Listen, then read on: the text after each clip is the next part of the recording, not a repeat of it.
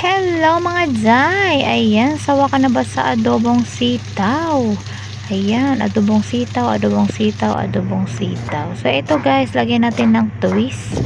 So, ito sitaw, ito guys, gayatin lang natin sa maliliit. So, ayan, dalawa lang kami kakain. So, ang ginamit ko dyan na sitaw is mga 5 hanggang 6 na peraso lang. So, hindi naman ganong mahaba.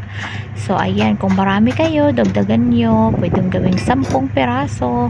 And then, hagayatin natin ng ganyang kaliliit. And then, set aside muna natin, guys. Ito yung ating sitaw. And then, nag-prepare ako dito ng 2 itlog. So, ayan. Scramble egg lang natin yan. Lagyan natin ng asin. And then, nag-prepare din ako dito, guys, ng sibuyas. So, ginayat ko siya ng maliliit. So, ayan. Prepare lang natin yung ating 2 itlog.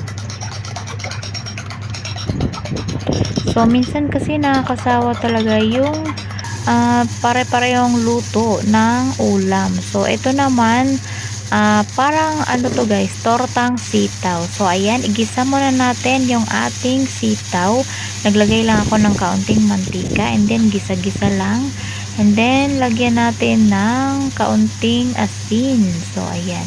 And then, nilagay ko yung chinap na onion. Ayan. Sibuyas lang yung inilagay ko dyan. Hindi ko na nilagay ng bawang.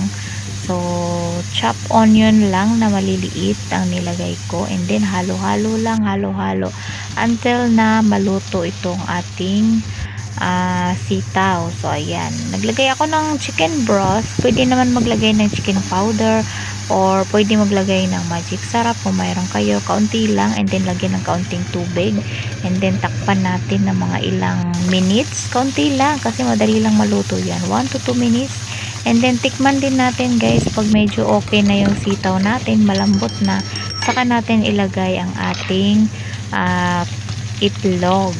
So, mas maganda kung non-stick pan po yung gamit natin para hindi po dumikit yung ating tortang sitaw. So, ayan na.